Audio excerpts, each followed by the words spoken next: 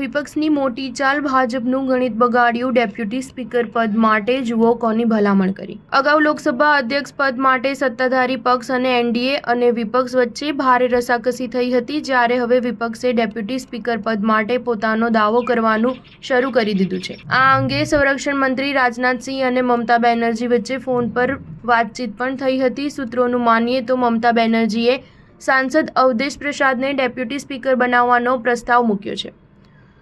અવધેશ પ્રસાદ એ જ સાંસદ છે જેઓ અયોધ્યાથી લોકસભા ચૂંટણી જીત્યા હતા અને તેઓ દલિત સમુદાયમાંથી આવે છે। વિપક્ષને ડેપ્યુટી સ્પીકરનું પદ મળવાની પરંપરા રહી છે। આવી સ્થિતિમાં એવું માનવામાં આવે છે કે અવધેશ પ્રસાદ ભાજપ માટે મુશ્કેલી ઊભી કરી શકે છે।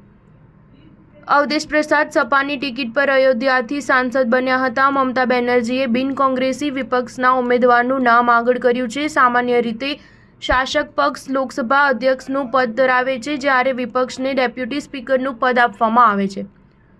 જો કે 1990થી 2014 સુધી ડેપ્યુટી સ્પીકરનું પદ પણ સત્તાધારી પક્ષ પાસે હતું, જ્યારે ડેપ્યુટી સ્પીકરનું પદ 2019થી 24 સુધી ખાલી હતું।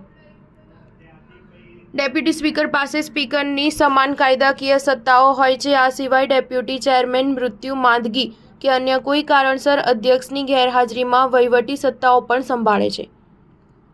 એક જવાબદાર લોકશાહી સંસદ ચલાવવા માટે એવી સંસદીય પરંપરા રહી છે કે લોકસભાના ઉપાધ્યક્ષને સત્તાધારી પક્ષ સિવાયના પક્ષમાંથી પસંદ કરવામાં આવે। જો કે હજુ સુધી સરકાર તરફથી એવો કોઈ સંકેત મળ્યો નથી કે આ પદ 18મી લોકસભામાં પણ ભરવામાં આવશે। તમને જણાવી દઈએ કે 17મી લોકસભામાં કોઈ ડેપ્યુટી સ્પીકર ન હતા। આઝાદી પછી પહેલીવાર આવું બન્યું હતું। સ્ટાર ન્યૂઝ 7 હંમેશા સચ્ચાઈની સાથે।